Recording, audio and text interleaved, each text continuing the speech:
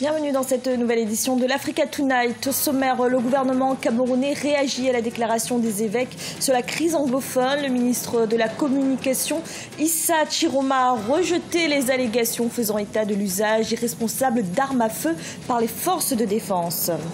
Une application mobile pour sensibiliser les jeunes sur la sexualité. Le concept a été lancé au Rwanda par des étudiants en médecine. Un outil qui doit permettre aux jeunes déscolarisés comme aux réfugiés de s'informer. Et la première édition du Forum des festivals culturels du Niger s'est achevée. Musiciens, comédiens ou encore peintres étaient réunis pendant 3 jours. Une édition placée sous le thème des droits humains. Mais tout d'abord, en République démocratique du Congo, les élections n'auront pas lieu avant 2019. L'annonce a été faite par la commission électorale lors d'une réunion avec la société civile. Selon la CENI, il faut 504 jours pour organiser l'ensemble des 3 scrutins, législatifs, présidentiels et provinciales, et ce à compter de la fin de l'enrôlement des électeurs. Pour rappel, l'accord signé entre le pouvoir et l'opposition le 31 décembre 2016 prévoyait des élections avant la fin de cette année 2017.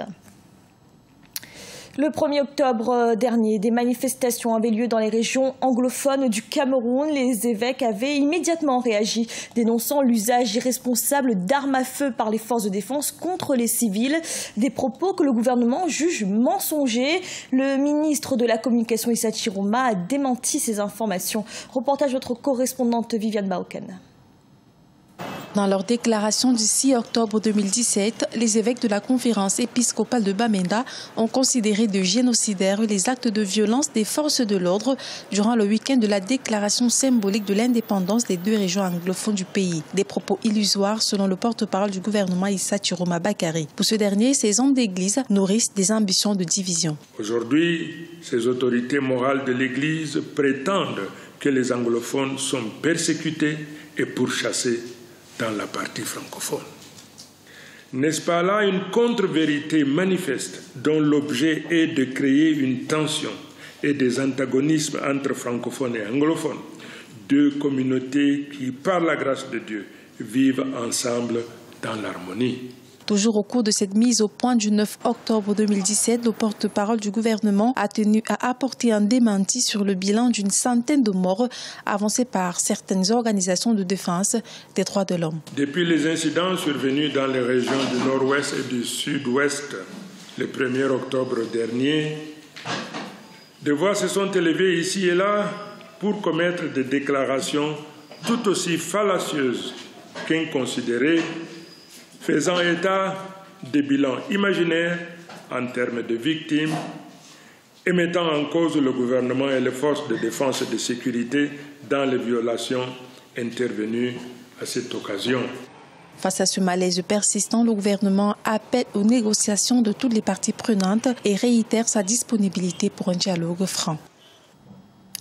L'Union des conseils économiques et sociaux d'Afrique était en conclave à Bamako, au Mali, une assemblée générale consacrée notamment à l'élection du nouveau bureau dirigeant. Et c'est le docteur Boulkassou Meïdera qui a succédé à Aminata Tall à la tête de l'UCESA. Reportage de notre correspondant Mokhtar Bari.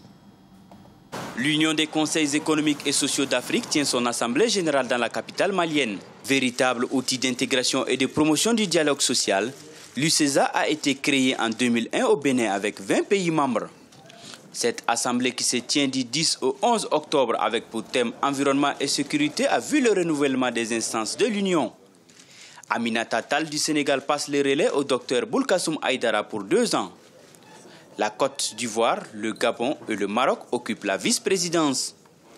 Ils appellent à s'unir contre les phénomènes du changement climatique et surtout de la lutte contre le terrorisme et l'extrémisme violent. Au vu de la composition plurielle et des missions de nos institutions, notre Union et ses membres devraient être accompagnés à assumer un rôle de catalyseur d'une société civile consciente et constructive dans la gestion des politiques publiques pour l'intérêt des peuples africains. Il n'est point besoin de rappeler que l'environnement et la sécurité sont des défis majeurs auxquels nos pays sont confrontés et qu'ils se doivent de relever. Et ce combat ne serait mieux gagné que s'il est collégialement mené.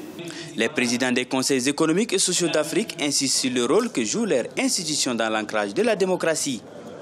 Le chef de l'État malien Ibrahim Boubacar Keïta, président de la cérémonie, se fera leur porte-parole auprès de ses pairs africains en vue de renforcer l'union. Il y a donc là une pertinence de sujet que le vôtre. Et quand on sait également qu'en ce temps-là où devait être concentré sur l'effort collectif en vue d'atténuer les effets de cette menace climatique, nous sommes également agressés au-dedans et au-dehors, singulièrement au-dedans, par ces forces invisibles dont on ne sait, vous l'avez dit aussi, Monsieur le Président, avec Goyo, d'où elles viennent. Donc 2 défis auxquels vous avez eu l'intelligence, la pertinence de faire votre sujet de réflexion. 13 pays sur les 20 ont répondu à l'appel de Bamako. Notons que cette cérémonie a vu la demande d'adhésion de la République démocratique du Congo et du Maroc être approuvée par l'Assemblée générale. Le Ghana compte lever 15 milliards de cédis au cours du 4e trimestre 2017. Une partie sera affectée au service de la dette arrivant à maturité, tandis que le reste ira dans les caisses de l'État pour répondre aux besoins de financement du gouvernement. Cette nouvelle émission obligataire portera ainsi le total des montants levés par le Ghana à 72 milliards de cédis à la fin de cette année 2017. Au Rwanda, des étudiants en médecine ont lancé l'application Tantine, une application mobile d'information sur la sexualité à destination des jeunes. Les créateurs de cet outil sont allés à la rencontre de réfugiés burundais pour les former à l'utilisation de l'application. Aïssatou Diamangabe-Selanda. Au Rwanda, l'accès à l'information sur la sexualité se démocratise davantage. 2 jeunes Rwandais ont créé une application qui facilite l'accès à l'information sur la sexualité des jeunes. Aujourd'hui, armés de leur création numérique, ils se sont rendus dans le camp de Mahama au sud-est du pays, où vivent plus de 50 000 réfugiés burundais. Objectif, leur montrer comment utiliser l'application. Les gens du camp n'ont pas de téléphone intelligent, pas assez d'équipement et pas un bon accès à Internet. C'est pourquoi nous avons apporté ces tablettes et installé un centre où ils viennent se connecter. Nous leur fournissons également un routeur Wi-Fi. Ils peuvent ainsi venir dans cette pièce silencieuse, utiliser nos applications et visiter notre site web pour y poser différentes questions.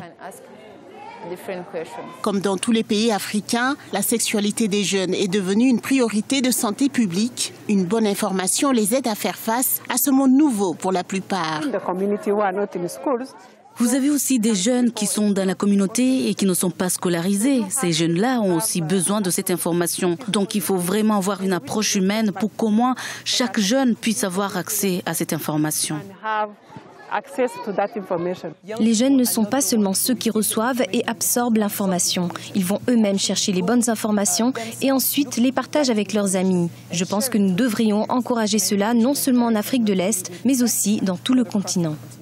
Selon le dernier rapport publié par le Fonds des Nations Unies pour la population en 2015, 18 pays africains figurent sur une liste de 20 pays de l'organisation ayant les plus forts pourcentages de grossesse chez les adolescentes au monde. Au Niger, la première édition du Forum des festivals culturels a pris fin. L'événement a réuni pendant 3 jours musiciens, comédiens, cinéastes ou encore peintres. Une édition placée sous le thème des droits humains, avec la volonté pour les organisateurs de remettre la culture au centre de la société. Reportage de notre correspondant Douélis Mokhtar. Au Niger, la culture est selon des observateurs le parent pauvre des politiques des autorités. Le budget alloué à ce secteur reste faible. Les structures culturelles, publiques et privées du pays sont limitées et peu dynamiques. L'association alternative Espace Citoyen entend renverser la tendance par l'organisation du Forum des festivals culturels du Niger. Spectacles culturels, projections de films, espaces informels de discussion et un colloque international sur la culture comme levier de changement était le menu du Forum des festivals culturels du Niger. C'est un forum qui vise à mettre en synergie les acteurs culturels, les acteurs de la société civile et du monde éducatif afin qu'ils puissent travailler la main dans la main. Parce que le projet en lui-même est un projet de communication pour le changement de comportement. Espace ouvert et inclusif, le Forum des festivals culturels du Niger a été une occasion pour les acteurs culturels, les organisations de la société civile, les médias, les professionnels de l'éducation de présenter leurs œuvres notamment celle portant sur la thématique de la démocratie, des droits humains dans une société démocratique. Une initiative saluée par Aminata Traoré, marraine de cette première édition. Je suis persuadée que le continent, la sous-région et plus particulièrement le Sahel est confronté aujourd'hui à d'énormes difficultés économiques parce que nous ne savons pas consommer ce que nous produisons. La culture n'est pas une marchandise. Elle est ressource, elle est recours. Et dans la gestion d'une bonne partie des conflits auxquels nous sommes confrontés aujourd'hui, nous sommes persuadés que les acteurs culturels ont un rôle à jouer. Le forum a attribué plusieurs prix pour récompenser les œuvres culturelles les plus créatives et les plus engagées dans la promotion de la démocratie et surtout valorisant le rôle et la place des femmes et des jeunes. Ce journal a été réalisé par l'ensemble de la rédaction. Merci de l'avoir suivi. Retrouvez dans un instant une nouvelle édition de l'Information.